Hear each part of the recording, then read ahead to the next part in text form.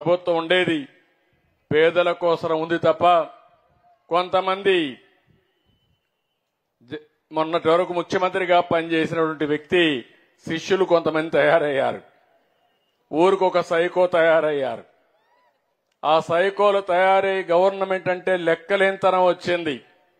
ఎదురుదాడి చేస్తే భయపడిపోతారనుకుంటున్నారు.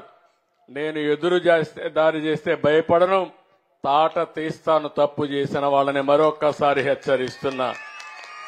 ఆ విషయాలు కూడా నేను మీతో మాట్లాడతాను. ఈరోజు ఇంకొక పక్క మీరు ఒకసారి చూస్తే రెండో ఇల్లు మద్దిరాలపాడులోనే ఈ ఊర్లోనే ఒక అలుదాసు శ్రీను బీసీ గౌడ కులస్తుడు, భూమి లేదు, వేరే ప్రాంతాల నుంచి ఈ ఊరుకొచ్చి సెటిల్ అయ్యాడు. భార్యాభర్త ఇద్దరు పండ్లు అమ్ముకుని ఒక 400-500 రూపాయలు సంపాదించుకుని వాళ్ళు ఎంత ధైర్యంగా ముందుకు పోయారంటే ఇద్దరు పిల్లలుంటే ఇద్దరిని ఇంజనీరింగ్ చదివిస్తున్నారు. ఇంజనీరింగ్ 2వ సంవత్సరం ఒక అబ్బాయి, మొదటి సంవత్సరం ఒక అబ్బాయి. అప్పు చేసి పిల్లల్ని చదివించారంటే మనస్ఫూర్తిగా కుటుంబాన్ని అభినందిస్తున్నాను. కంగ్రాచులేషన్స్ కూడా తెలియజేస్తున్నా.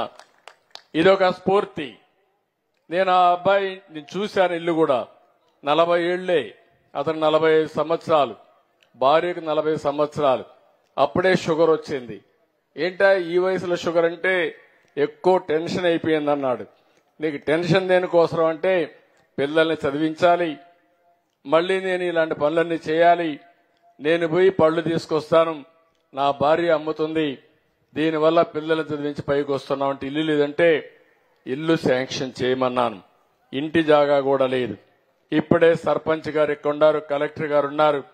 కనీసం ఈ ఊర్లో 200 మందికి ఇంటి జాగాలు ఇచ్చి ఇండ్లు కట్టించాల్సిన బాధ్యత ఉంది. ఇమ్మీడియట్ గా ల్యాండ్ ఎక్విజిషన్ చేసి ఎంతమంది ఉంటే ఎన్యూమరేట్ చేయండి, ఆ ల్యాండ్ కూడా అక్వైర్ చేయండి, అందరికీ ఇండ్లు కట్టించే బాధ్యత తీసుకుందాం. ఇమ్మీడియట్ గా ప్రారంభించమని కూడా చెప్తున్నా. అందులో మొదటి ఇల్లు ఆ సీనుకి ఇస్తామని చెప్పి మీ అందరికీ హామీ ఇస్తున్నా. నిన్న నేను ఒక పాలసీ తీసుకున్నాను.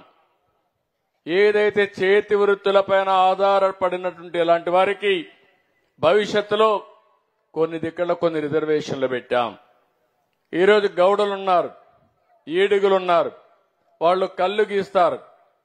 అలాంటి వృత్తిపరంగా ఉన్నారు కాబట్టి ఏవైతే బ్రాందీ షాపులు ఉన్నాయో అందులో 10% రిజర్వేషన్లు పెట్టాను. అందులో ఒక షాపు ఈ కుర్రాడికి ఇమ్మని చెప్పి ఆదేశాలు కలెక్టర్ గారికి ఇచ్చాను. అది కూడా ఇస్తామని చెప్పి కూడా నేను మీకు తెలియజేస్తున్నా.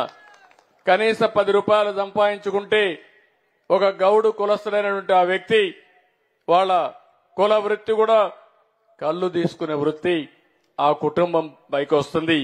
అది కూడా చేయమన్నాను. రెండోది, 2 పిల్లలు చదివిస్తున్నారు. ఆ 2 పిల్లలు కూడా స్కాలర్షిప్లు ఇప్పించి 2 చదివించే బాధ్యత తీసుకుంటామని చెప్పి కూడా నేను మీకు తెలియజేస్తున్నా. ఇది కాకుండా ఇంకొక ఇంటికి వెళ్ళాను, తాళ్ళూరు జగ్గయ్య, ఆయన తల్లికి పింఛనిస్తున్నాం. ఆ అమ్మాయి ఆవిడ కూడా పెద్దావిడిని పరామర్శించాం. ఆడి నుంచి వచ్చాను ఇక్కడికి. నేను ఇక్కడ వచ్చినప్పుడు మీరు ఒక్కసారి చూస్తే నేను ఒకటే మీ అందరినీ విజ్ఞప్తి చేస్తున్నా. ఈరోజు 100 రోజులు అయింది. 100 రోజుల్లో మీరు చూస్తే నేను ఎక్కడన్నా మీటింగ్ పెట్టాలంటే 1 లక్ష మందితోనో 2 లక్షల మందితోనో మీటింగ్